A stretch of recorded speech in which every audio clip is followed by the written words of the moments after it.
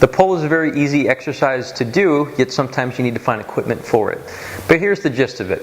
If it's too hard, you can obviously decrease the weight or decrease the angle at which you're pulling. Also, too, you can change the range of motion. Just like with a push-up, you can change the range of motion. Third, make sure you actually incorporate, we call it scapular motion. And what I mean by this, I'll turn sideways so you can see, is if this is the arm pulling right here, notice that if my elbow doesn't bend, I can still move my arm. So if I was doing a pulling motion from a cable over there, I'd still be raising my body up and down. Okay? What you need to do is first bring the shoulder blade back and then let the elbow bend. A lot of times people will just do the bending portion rather than the shoulder blade movement. And if you're going to add this into your program, you need to have a complex movement or using multiple joints at one time.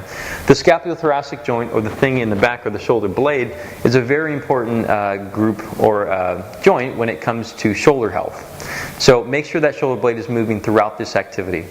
There's a couple different tools you can use for doing a row. This one is a suspension trainer. There's many different types. But the great thing about this is you can make it very hard, or you can make it even easier just by standing up a little taller. You see, I actually don't have any room because of that. But either way, the more you, underneath the attachment point you get, the harder it is. Notice one thing again that I think is very important is that my shoulder blades will move while my elbows are still. So make sure that you have this movement in your row. You shouldn't just be going like this, you should also be using the shoulder blade.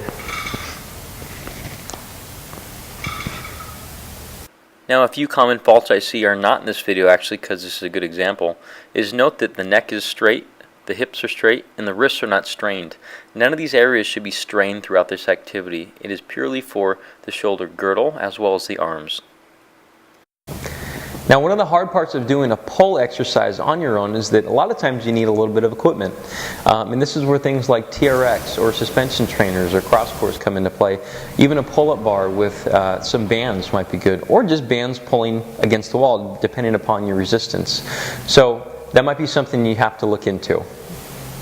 Now for some general recommendations for weekend warrior types of athletes is for men, I'm looking for 15 reps of a pull-up within a minute. And I don't think it's unreasonable. It's very easy to do if you work towards it. For women, I look for them to do about 1 within that minute. So 1 is going to be, this is going to be the hardest goal that probably most women have ever met. However, there are scaled ways you can get up there, rowing from different ranges, having bands, and so on. It is a very attainable goal. You just have to work towards it. Now, one quick disclaimer on this is arm angle. Again, shoulder pain and back pain is no excuse for just pushing through things. So there's always modifications you can make, and I recommend to see a strength and conditioning coach to be able to get proper modifications for a lot of these exercises. And this one's no different. There's not many people that get injured doing a row. However, what I've noticed with working with patients in the office is that the more their arm elevates to around 90 or so, or even getting upwards towards this angle, they're going to have a lot more problems.